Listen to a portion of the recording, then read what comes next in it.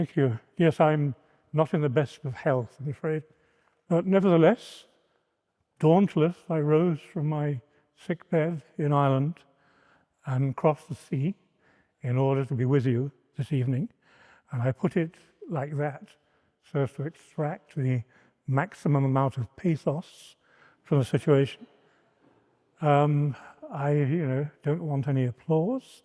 I just want you to be quietly appreciative of my courage and resoluteness, and also not to ask me any hard questions in the discussion, because I don't like hard questions, and my doctors say that I'm not to take any. In fact, they say it might bring on a fit of a paroxysm of coughing and so on. So if you just go easy on me, I'd be very glad. In Thomas Hardy's novel Jude the Obscure, Jude Fawley finds himself living in the area of Oxford still known today as Jericho, home at the time to a bunch of craftsmen and artisans who maintained the fabric of the university, and home these days to a bunch of students and young professionals who listen to Central C and eat a lot of muesli. I mentioned Central C just to show you that I'm not just a grey-haired academic, but I am a real human being, and I want you to just keep that steadily in mind throughout what I have to say.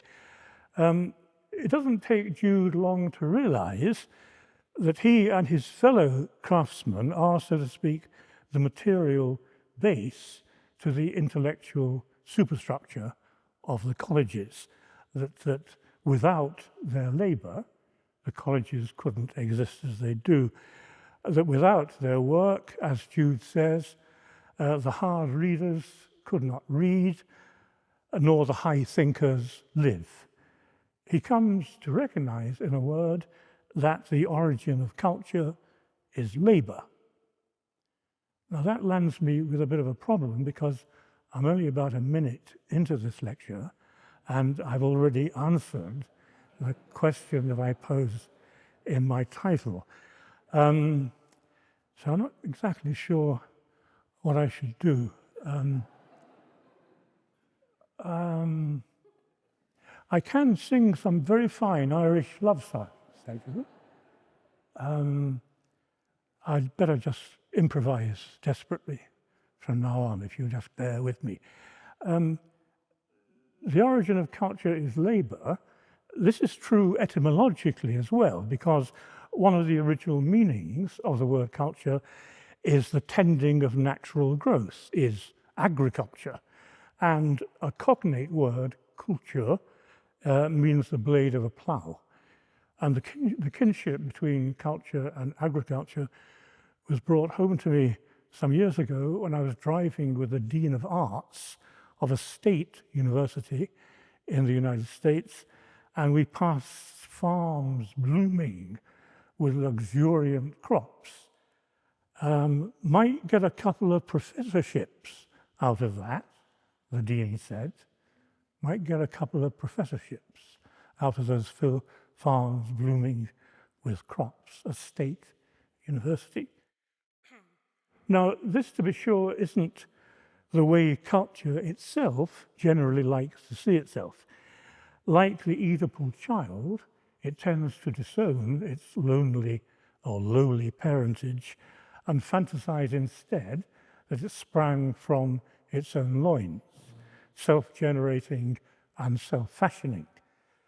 Thought, for idealist philosophers, is self-dependent.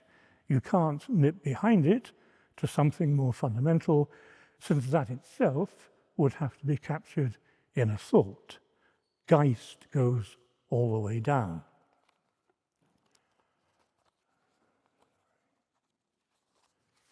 But there's an irony here, I think, because few things bind art more closely to its material surroundings than its claim to stand free of them, its claim to be autonomous.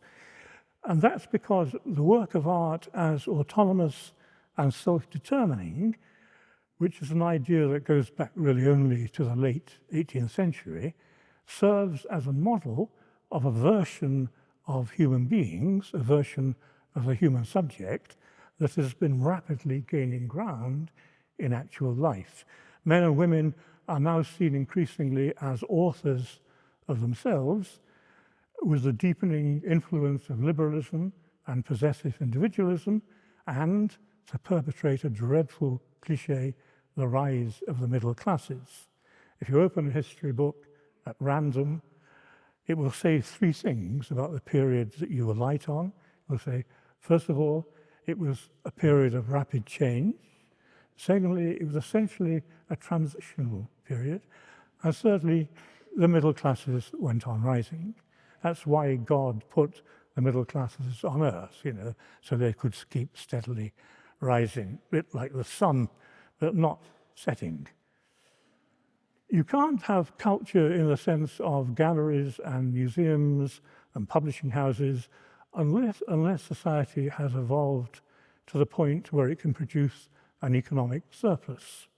Only then can some people be released from the business of providing for the physical survival of the tribe in order to constitute a permanent caste of priests, bards, DJs, hermeneuticists, bassoon players, LRB interns.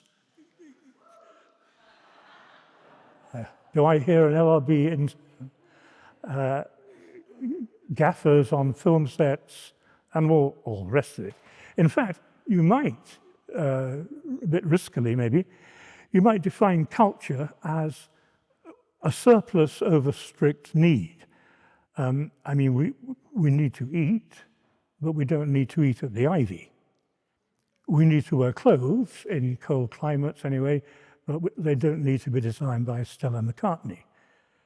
The problem with that definition of culture, however, is that a capacity for surplus is built into the kinds of natural material creatures that we are.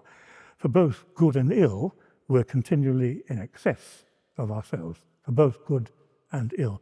Culture is reckoned into our nature. There's a lot about this in King Lear.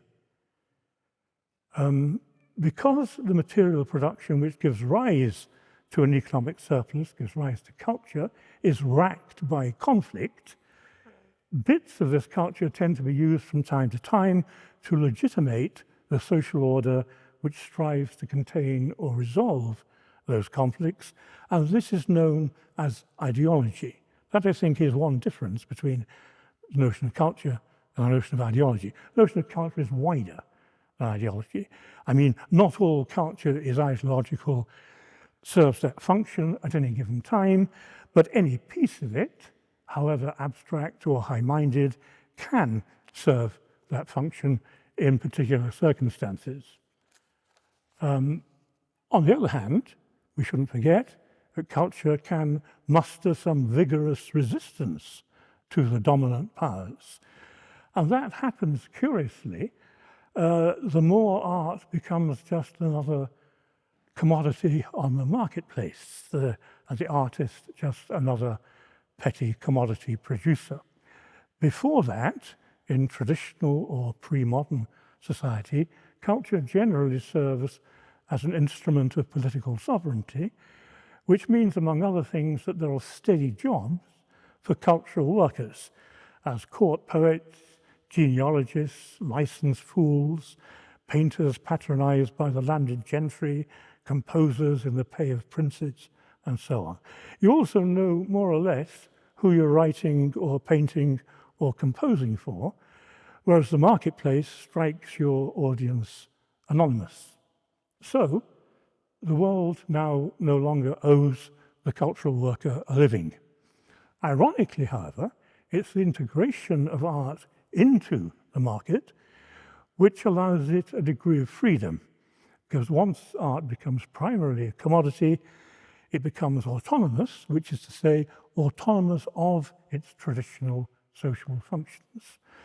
Deprived of those ends, it may curve back upon itself, taking itself as its own subject matter, as its own raison d'etre, as in a lot of modernism, but it's also free, if it likes, to become critique for the first time historically on any major scale. The miseries of commodification, in other words, are also an enthralling moment of emancipation. History, as Marx reminds us, moves by its bad side, progresses by its bad side. In the very process of being pushed to the margin, the artist begins to claim visionary, prophetic, bohemian, subversive status, partly because those on the edges indeed can sometimes see more than those in the middle, but also to compensate for a loss of centrality. A movement called Romanticism is born. You'll notice that this is a quick cultural history, more or less from the Stone Age onwards, which cuts the occasional corner every now and then, but I hope you'll forgive that. I'll get on to postmodernism later. A movement called Romanticism is born, and so, roughly at the same time, is industrial capitalism, which with admirable convenience gives culture a job of work to do just at the time when it's in danger of being driven out by a lot of Philistine mill owners. There's now a growing divide between the symbolic realm and the world of utility, a divide which runs all the way down the human body. Values and energies for which there isn't much call in the workaday world of bodily labour are siphoned off increasingly into a sphere of their own, one which consists of three major sectors.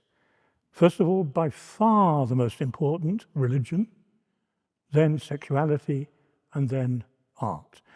And one of these endangered values that has to be siphoned off and cultivated somewhere else is the so-called creative imagination, which becomes enormously popular. This rather modest faculty of the imagination is inflated by literary types everywhere, into some transcendent capability. The creative imagination, in the sense in which we know it, was invented in the late 18th century.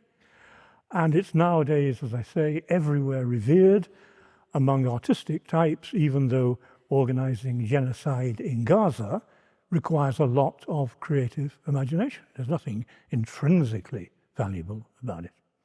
So the distance which opens between the symbolic and the utilitarian, while threatening to rob culture of much of its social function, to be sure, is also the operative distance which you need for critique.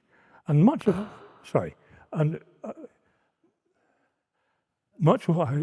what I'm saying also applies to the university. That also opens an operative distance between itself and the rest of society, scorned sometimes as the ivory tower and so on, but also one of the enabling conditions of critique. Culture would, so the idea went, culture would expose the crippled, diminished nature of industrial capitalist humanity, not by what it said, but by its own free, full, all-round expression of human powers and capacities, a theme which runs all the way from Schiller and Ruskin to William Morris and Herbert Marcuse. Art and culture can now become a powerful rebuke to society, not so much, as I say, by virtue of what it says or states or shows, but simply because of the strange, pointless, intensely libidinal thing that it is. It's one of the few remaining activities in an increasingly instrumentalized world which exists purely for its own sake. One of the other members of that extremely small and privileged category is God. God exists purely for his own sake, but also potentially human beings.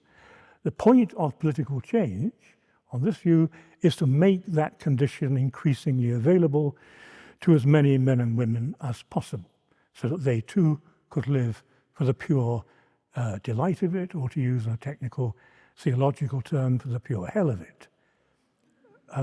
Where art was, there shall humanity be, that romantic humanist promise.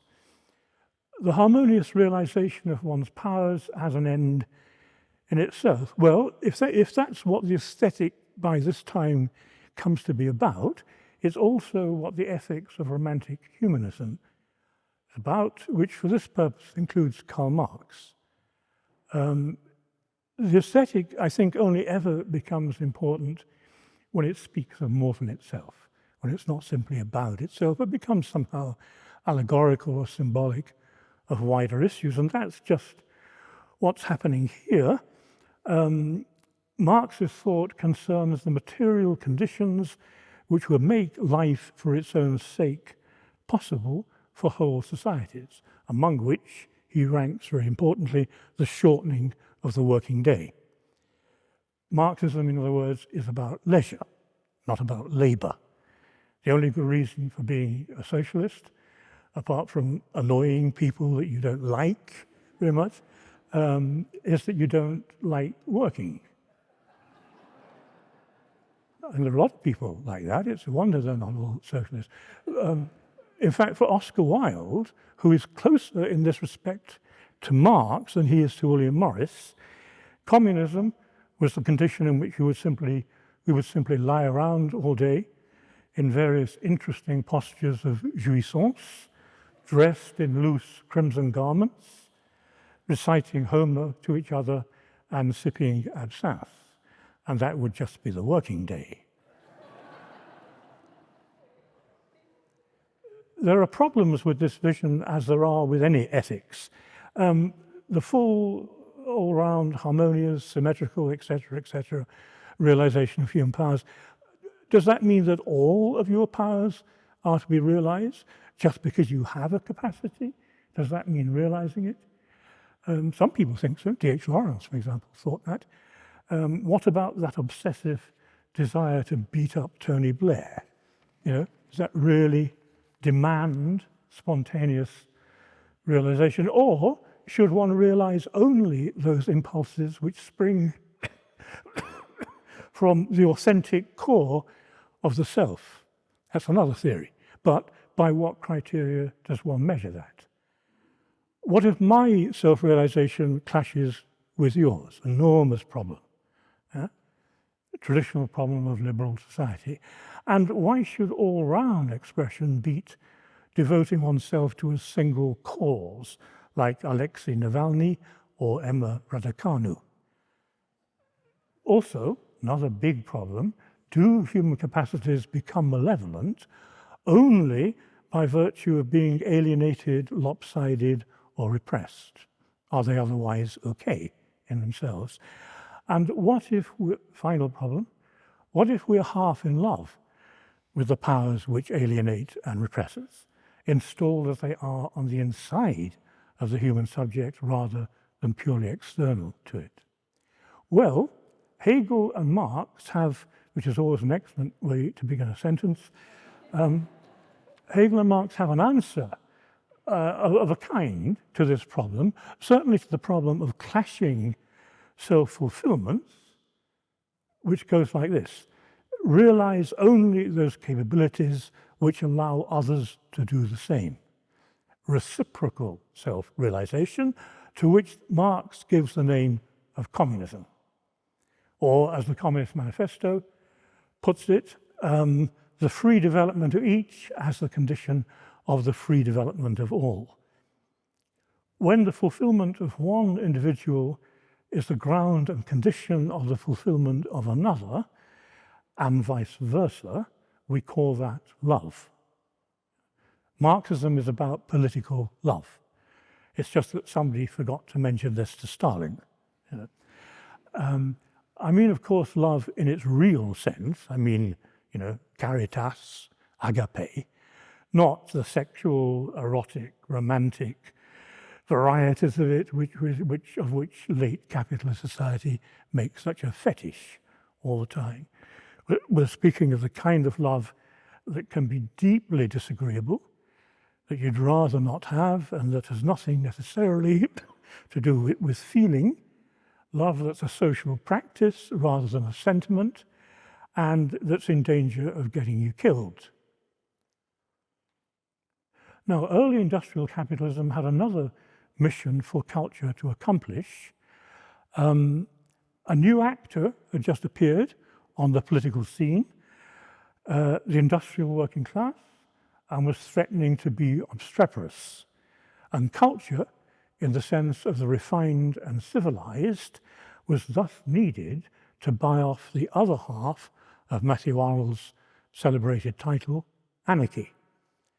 Unless liberal values were disseminated to the masses, they might end up sabotaging those values, liberal culture altogether. What had traditionally fulfilled that task? Religion. In breeding a sense of duty, reverence, deference, obligation, altruism, spiritual edification, and so on. Religion had performed that task pretty well. But religious belief was now on the wane as the industrial bourgeoisie demythologized social existence by its secularizing activities, which ironically ended up depleting what had been a precious ideological resource, namely religion. Culture then had to take over from the churches as artists transubstantiated the profane stuff of everyday life into eternal truth. And that project was utterly unsuccessful, which is another story. What else was happening around the time of Romanticism and industrial capitalism? The revolution in France. One might do worse than claim that it was this which thrust culture to the fore in the modern age, but I mean culture as a riposte to the revolution, culture as an antidote to political turbulence. Politics involves decision, calculation, practical rationality, the time of the present, whereas culture can be thought of as belonging to a different dimension altogether, one in which customs and pieties evolve spontaneously, unconsciously, sometimes with almost glacial slowness. And culture may therefore be seen simply as an idea, irrespective of its particular artifacts, as resistant to the notion of throwing up barricades, resistant to the notion, in a certain sense, of political activity as such, which in that light appears more mechanistic and superficial and short-term. And the name for that contrast in Britain is Edmund Burke, who hailed from a nation in which the sovereign power had failed to root itself in the affections of the people because it was a colonialist power. And in Burke's view, this rooting isn't happening either in revolutionary France, since the Jacobins and their successors don't understand that if the law is to be feared, it's also to be loved. So what you need, in Burke's opinion, is a law which, though male, of course, will deck itself out in the alluring garments, female garments of culture. All this is in Burke's early essay called On the Origin of Ideas of the Beautiful and the Sublime, not in the French Revolution book. Power must beguile and seduce if it isn't to drive us into Oedipal revolt. The potentially terrifying sublimity of the masculine must be tempered and softened by the beauty of the feminine, those two key 18th century aesthetic terms, the sublime and the beautiful. And this aestheticizing of power is for Burke exactly what the French revolutionaries have calamitously failed to achieve. You mustn't, to be sure, aestheticize power away altogether. The ugly bulge of the law's phallus must be visible from time to time through its diaphanous female garments, so that citizens may be suitably cowed and intimidated when they need to be. Burke is absolutely not against a bit of, cowing and intimidating. But even so, the law can't work by terror alone. And Burke sees this, of course, not just in France, but in his own native Ireland and in India. The law can't work by terror alone, which is why it must become a cross-dresser. And that's the only bit of this lecture you'll remember in 2 weeks' time. So Burke believes that the cultural domain, the domain of sentiment, habit, piety, custom, prejudice, and so on, is more fundamental than the political domain to which he dedicated his life. And surely, in one sense, at least, he's right to do so. I mean, there have been some rather suspect, and still are, ways of elevating the cultural over the political. But Burke, who begins his career as an aesthetician, neither despises politics from the Olympian standpoint of high culture, nor dissolves politics into cultural affairs. Instead, he recognizes that culture in the anthropological sense, culture as a way of life and so on, is the place where power has to bed itself down if it is to take hold, if it is to be effective. Culture, in that sense, is absolutely vital for the sustaining and reproducing of power. If the political doesn't find a home in the cultural, it won't work, and its sovereignty will collapse. And one doesn't have to detest the Jacobins or idealize Marie Antoinette in order to take the point of that. Despite his aversion to Jacobinism, Burke ended up feeling some sympathy for the revolutionary United Irish movement, which sought to drive the British out of Ireland, an extraordinary sentiment, if you think about it, for a British Member of Parliament. The Irish playwright Richard Brinsley Sheridan, also an MP, was even more dedicated to the United Irish cause, was in fact a secret fellow traveller with it, a fact which, had it been widely known, might have wiped the smiles off the faces of his London theatre audiences. The United Irishmen were Enlightenment anti-colonialists, not romantic nationalists, but the rise of romantic nationalism in the early 19th century once more brings culture to the centre of political life. Nationalism was to prove the most successful revolutionary movement of the modern age, toppling despots and dismantling empires, and culture in both its artistic and anthropological senses was to prove vital in this project. With revolutionary nationalism, culture in the sense of language, custom, tradition, history, religion, ethnicity becomes what people are prepared to kill for or prepared to die for. I mean, not many people are prepared to kill for Balzac or David Bowie, but culture in that more specialist sense also plays a key role in nationalist politics. And there are jobs for artists once more, jobs for cultural workers. As from Yeats and MacDiarmid to Sibelius and Senghor, they become public figures and political activists. They've found something to belong to. Absolutely key historical movement. In fact, nationalism has been described as the most poetic of all forms of politics. When the British shot some Irish nationalists in 1916 in Dublin, a British army officer is said to have remarked to an Irish citizen, "We have done your country some service.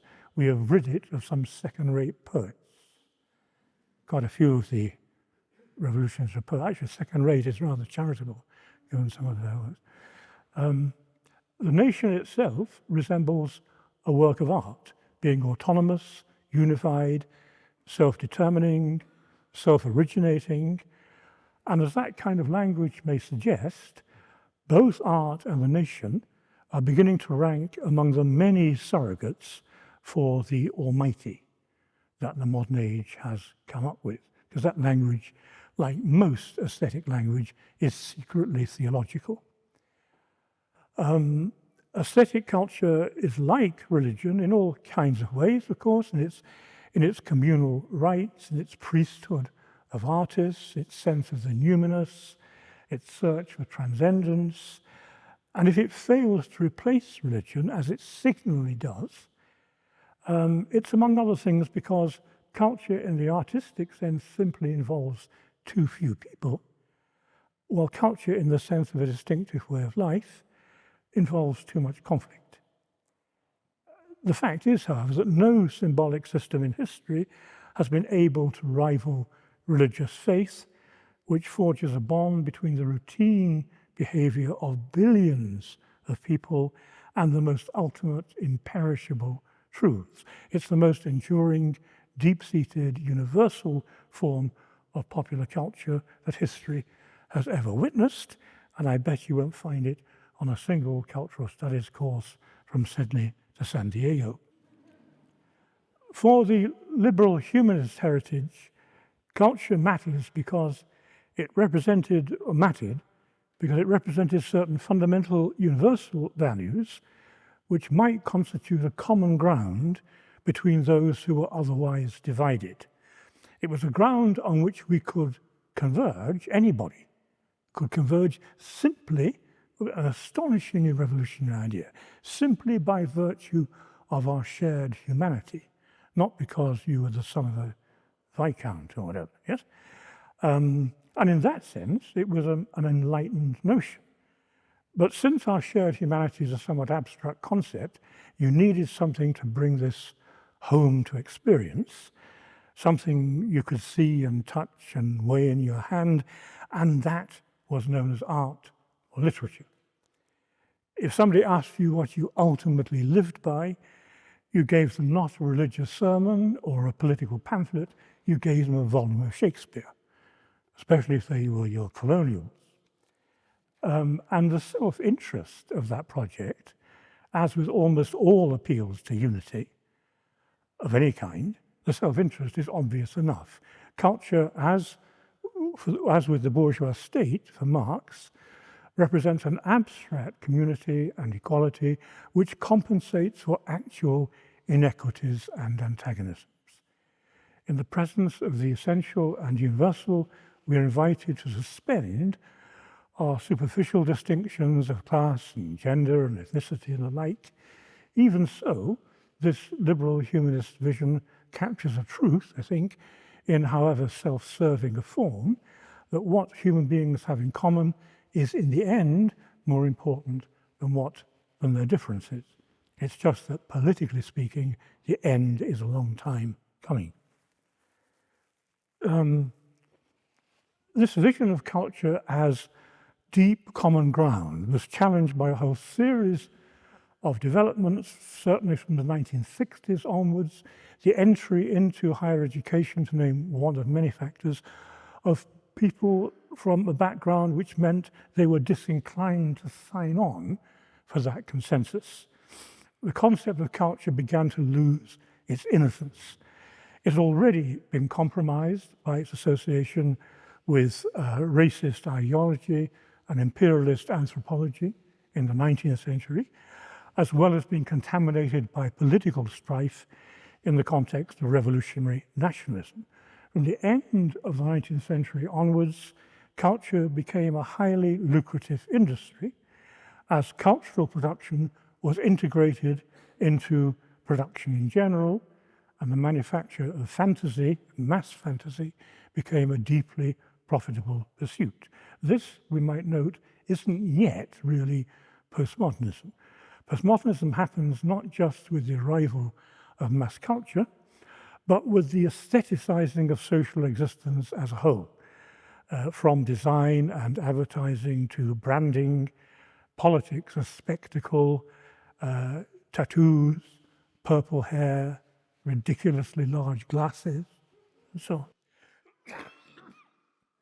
Culture, once the very antithesis of material production, has now been folded into production in general.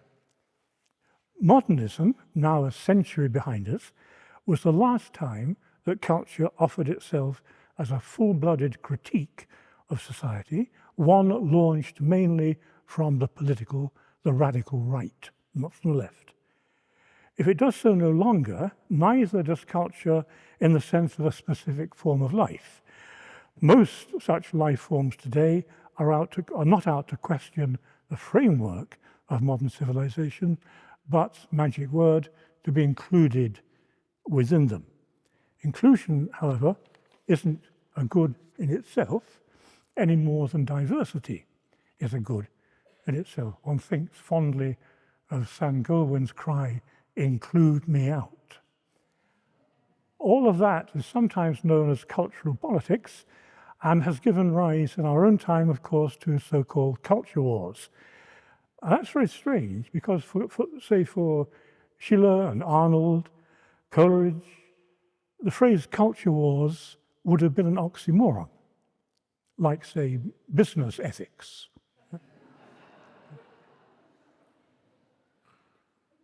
Samuel Beckett once remarked that he has strong weakness for an oxymoron. The opposite of an oxymoron, I suppose, is a tautology, isn't it? For example, Scientology, which means the knowledge of knowledge. Yes, somebody should tell Tom Cruise that sometime. Or what about internet? I think internet may be a tautology. Any nets that aren't inter? But anyway, I'd love to give a lecture on oxymorons and tautologies, but some other time. The point is, for people like Coleridge and Schiller and Ruskin and so on, culture was the solution to strife, not an example of it. Now, however, culture is no longer a way of transcending the political or dissolving it, but the very language in which certain key political demands are framed and articulated. And that really is a strikingly original development. Far from being a spiritual solution, it's become part of the problem. And we have shifted in the process from culture, singular, to cultures, plural. I'll just cut out some rather boring stuff here and move rapidly on. In our own time, culture has become nothing less than a full-blown ideology known as culturalism, yes? Along with biologism, moralism, historicism, economism. Culturalism is one of the great intellectual forms of reductionism of the day. On this theory, culture goes all the way down. The nature of humanity is culture. And behind that doctrine lurks a very curious aversion to nature, which is one of culture's traditional antitheses, not the only one, but one, as obdurate, as brutally given, as inflexible, as resistant to change, and so on. At precisely the point where nature is capricious, unpredictable, alarmingly fast-moving, disintegrating before our eyes, culturalism insists on regarding it as inert and immobile.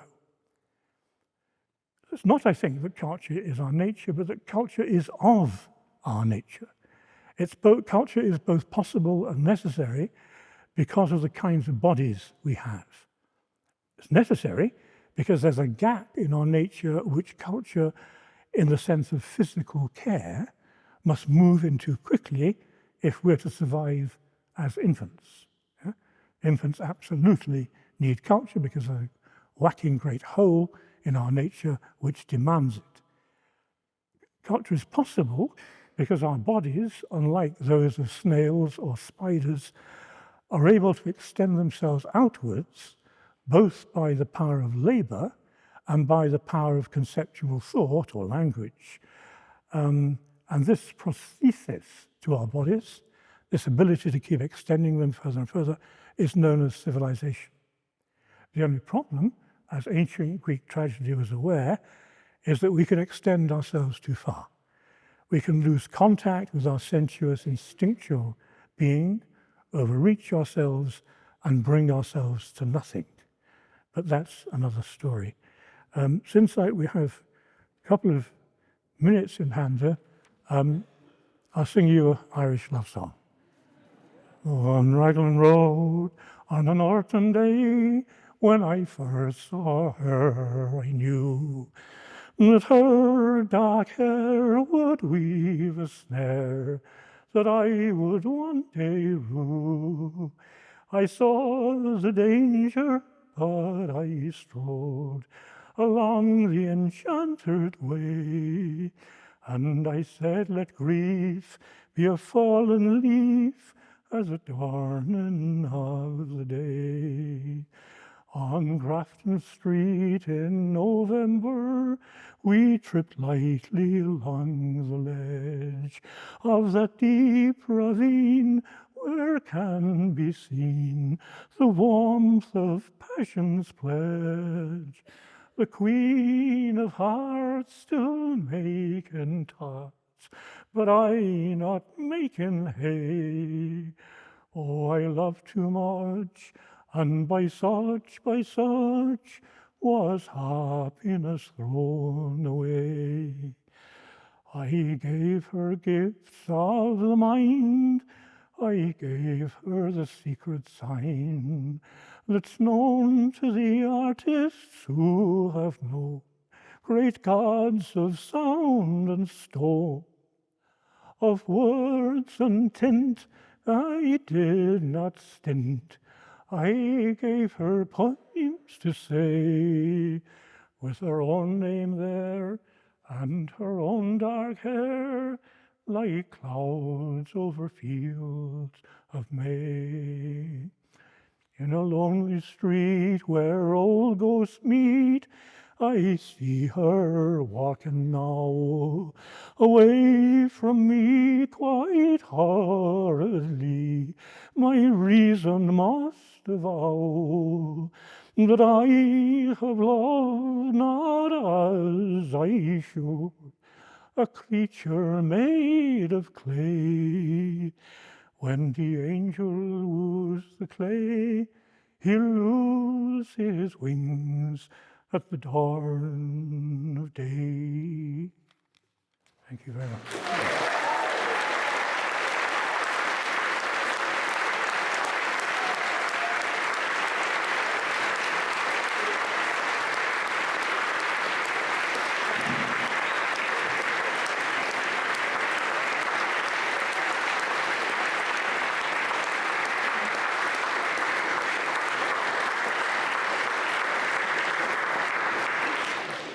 Thank you so much, Terry.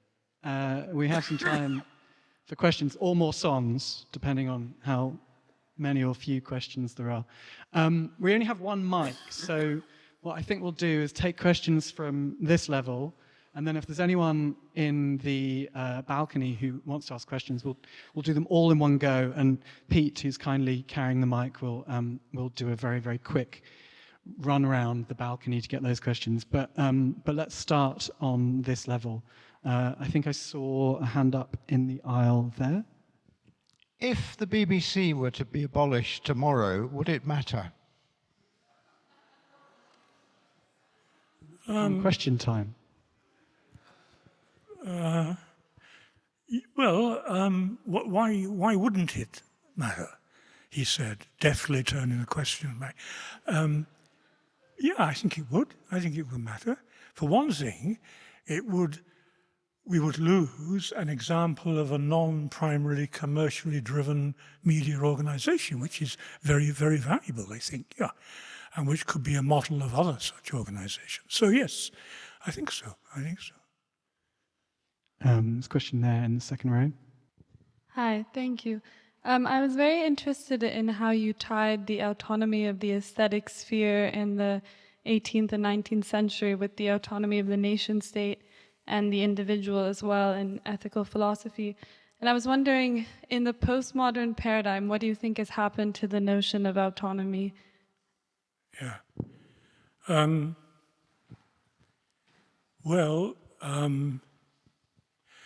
think there isn't...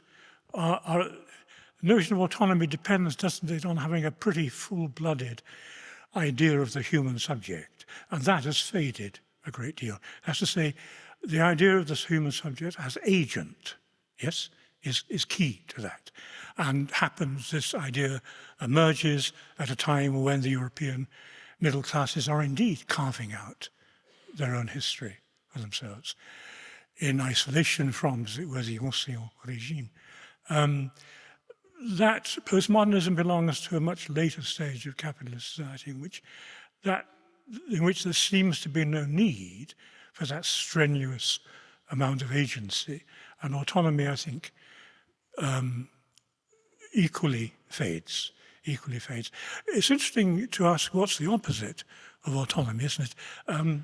You see, there's nothing wrong with the great middle-class idea of autonomy. In fact, in its own day, it's a banner of liberty, to get out from under whatever it is that's determining your existence from the outside. But in the process of doing so, it tends to lose the sense that whatever autonomy we can negotiate for ourselves is based on a deeper dependency.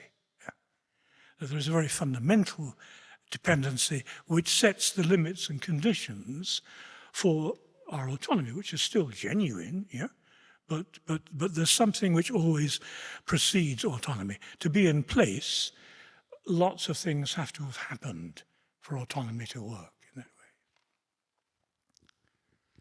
way. There's a couple of questions in that aisle. Let's take those two questions together. If you ask your question first, and then we'll take the one behind immediately after, and then Terry can answer those together. What had struck me in what you'd mentioned was two things that live for themselves. Was one, culture, but the other one, God. I wonder how may you distinguish those two concepts? Culture and God. Well, you don't pray to culture, at least most people don't pray to culture. There is, I think culture is very much, as I tried to say, in some of its meanings, a displaced version of the deity, because if you take an idealist view of culture, a non-materialist view, then its origins are mysterious. God is the creature, the being, although even the word being is not quite right, that has his ends, purposes, means, grounds purely in himself, yes? Which is to say, traditionally, theologically, God is the only necessary being. The striking thing about everything else, not least people, is that they aren't necessary. Yes, they are radically contingent. Well, I don't feel this about myself, actually, but I'm sure probably true for many people here, that they are radically contingent. In other words, the doctrine of creation isn't about how the world got started and all that stuff. It's about the fact it didn't need to exist. It is purely gratuitous. It's an act gratuit, yes? An act of pure freedom, in that sense. Culture then dreams of a kind of freedom that would try to, or fulfillment, that would emulate those theological ideas. But as I say, it doesn't, God and culture is a kind of category mistake, yes? Yeah, it just doesn't work. It tries to make culture what Raymond Williams calls somewhere abstract and absolute. Yeah, it doesn't really work. Question behind. Thanks, Pete. First, thank you very much for the lecture and for the beautiful rendition. I was struck, of course, by the image of the phallus of power behind the diaphanous robe of the sublime. It made me think about Wagner. I wanted to ask you how you diagnose our obedience to political regimes now that seem so bereft of the sublime. Yes, that's very interesting. I knew that was the only bit you remember, you see. I think, no, it's a very important point. Well, the sublime, of course, is terrifying. That's one way in which it resembles, to go back to the previous point, it resembles God. God is terrifying, not because he is a patriarch, because he's a terrorist of love, because God's love is utterly ruthless and uncompromising and will burn you to little bits if you're not careful. If you don't have a sufficiently developed cultural concept of sublimity to daunt and subjugate, you're going to have to resort more and more to the naked power of the state. Yes, the state is sublime, but in a bad sublimity. Yes, because inevitably it has to put that power fully on show, and that's not good for civilization. It's not good that its underpinning terror should be too visible. That's why you need the diaphanous garments and so on. Yeah. So I think put another way, you can subjugate people less and less by ideological or cultural means. It has to be more and more nakedly political, and that's sort of dangerous. Okay, so we've got a couple in this area here. So Pete, if you come forward a little bit on about the fourth row. Okay. Hi, thank you so much. I was wondering if there's any way that we can be anti-colonialist without being nationalist. Because you talked about revolutionary nationalism, and it has its immense success, but also has a lot of problems. Yes, yes. It's a good question. I mean, I said, if you remember, that the United Irish movement was anti-colonialist, but it wasn't nationalist.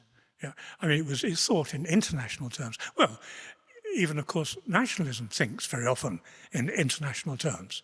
It's an old cliche that there are few things more international than nationalism. But it also thinks in more parochial and self-enclosed terms very often. In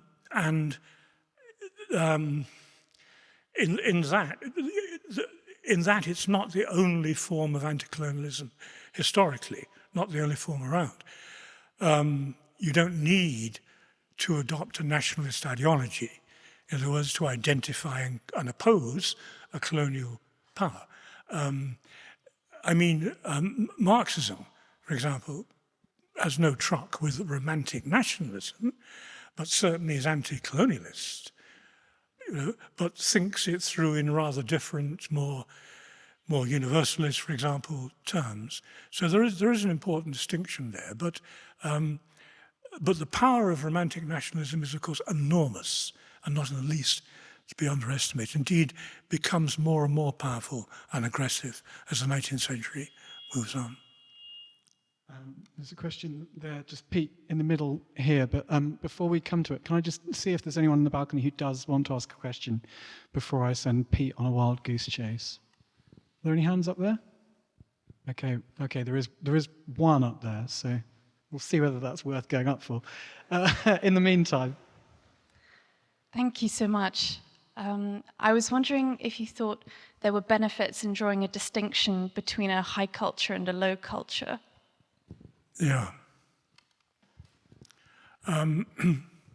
Well, yes, although those terms already stack the argument somewhat, don't they? I mean, you could, for example, there are all kinds of terms. You could call it minority and popular, maybe. Yeah. Let me just say this as far as that goes. Whatever you call them, the mistake is to think that the axis of high and popular culture is coextensive with the axis good and bad. Yeah. Those two axes cut across each other. Yeah. What's the most, successful art form of the 20th century? Film. It includes all kinds of, it's popular, but all kinds of magnificent artistic achievements. So I think that one has to get away from that kind of thinking without, of course, for a moment, relinquishing the idea of evaluation. There's a kind of fashionable postmodernist notion that to evaluate is to be elitist. Yeah. But that notion is itself elitist because everybody, ordinary people, evaluate all the time. It may not be between, Dryden and Pope or something. You evaluate. Evaluation is a part of social existence.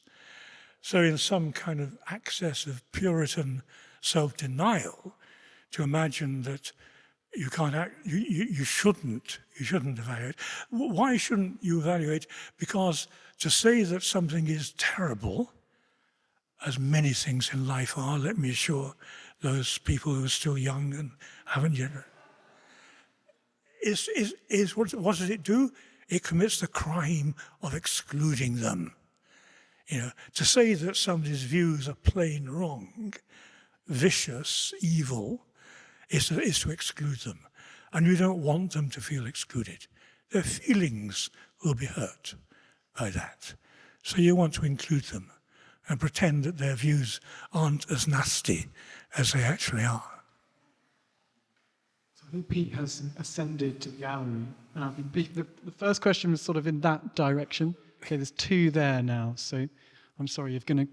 Okay, while he navigates the box pews, Terry, one particularly insidious phrase in the culture wars is cultural Marxism, which is what people on the right accuse the left of kind of possessing, which is to say that even though generally the right possesses political power, all the actual power is in the hands of some kind of version of a liberal media elite establishment because of a kind of universal cultural Marxism. I'm wondering how you'd critique that kind of mischaracterization of cultural power in the context of the I don't think you should take it seriously enough to criticize it. I mean, it's simply a piece of illiteracy. I mean, Marxism there is just a swear word. And, attacking cultural... what is cultural Marxism?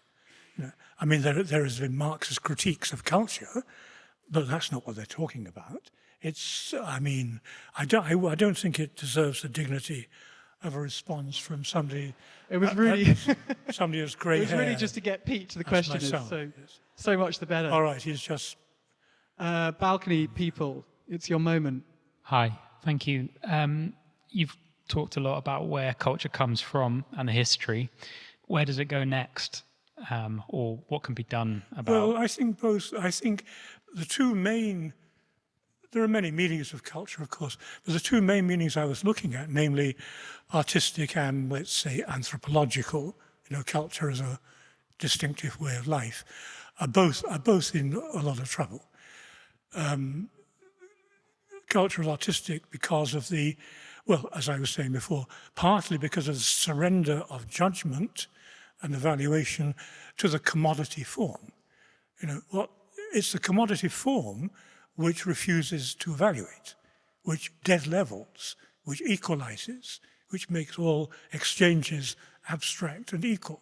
And that kind of logic, previously confined to, say, the marketplace, has increasingly penetrated the realm of culture itself. As for culture as, a particular way of life, well, first of all, one of the mistakes of that tradition was always to think that particular ways of life are intrinsically valuable. But they're not, of course. There are all kinds of ways of life, collective ways of life, that aren't in the least valuable and should, be done away with as soon as possible. The Tory party, for example. It's just, again, there's nothing ipso facto positive about a distinctive way of life. So culture in that sense is in trouble as well, I think. Go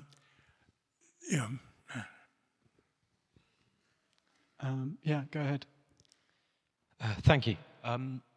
Early in your talk, you drew, as I understood it, a difference between culture and ideology.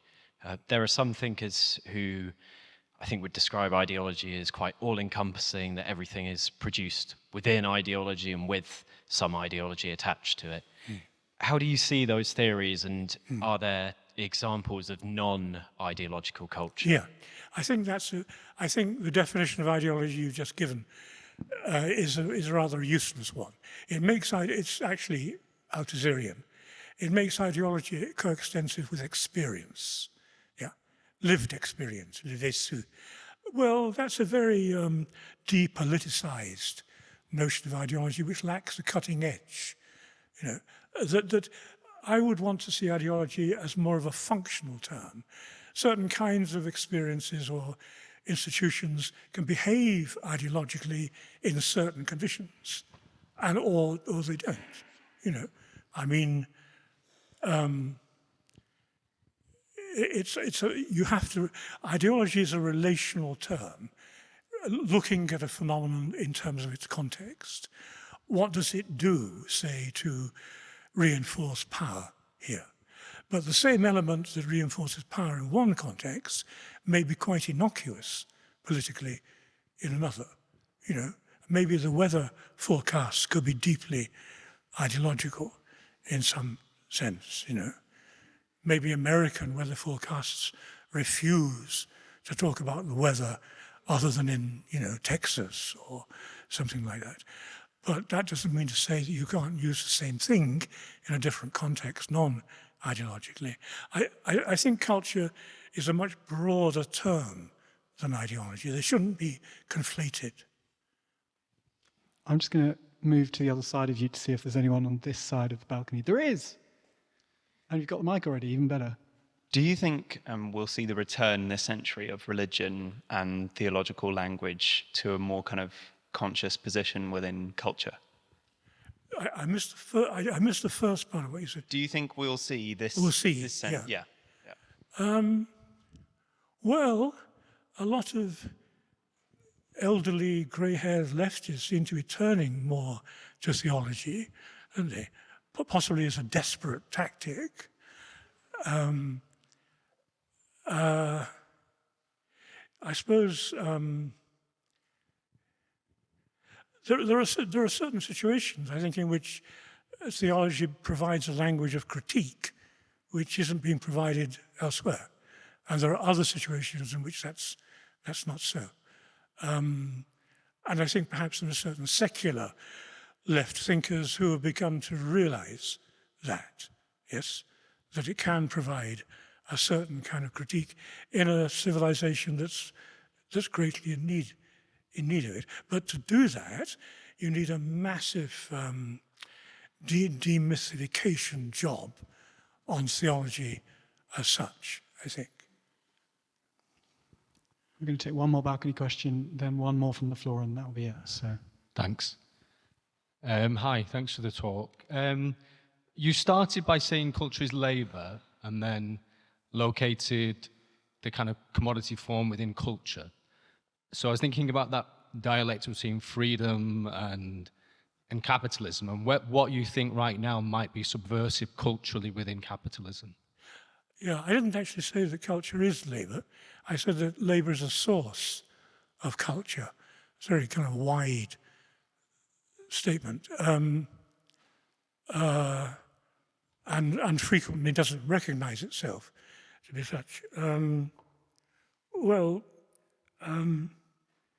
As for subversion and culture, I mean, I think culture has to be put back in its place, if you like, as a more modest concept than it's now become. It's become, of course, a terrible buzzword, you know.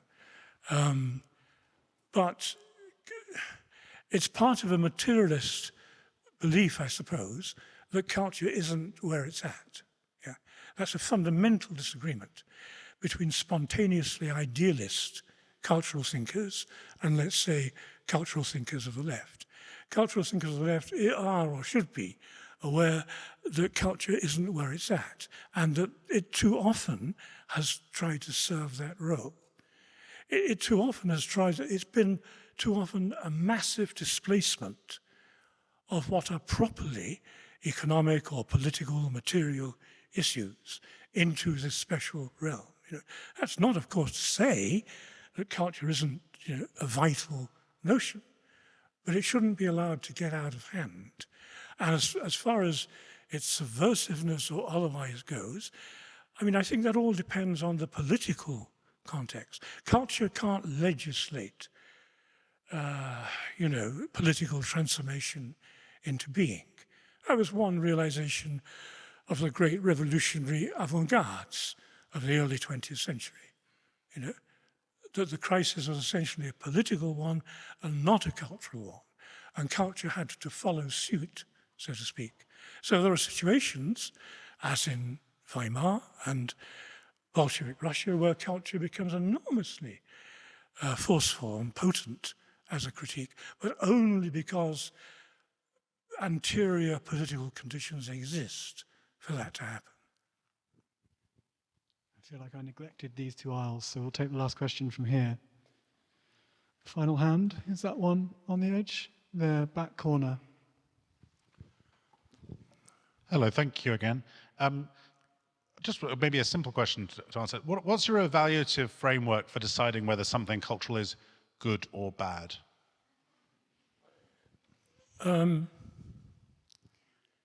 Let's say that you were witnessing some form of culture in a very different society, yes? Let's say you were sitting through a piece of, I don't know, medieval Japanese drama. I don't even know if there is any medieval Japanese drama, but let's say, you know, what kind of things could you say about it at the end?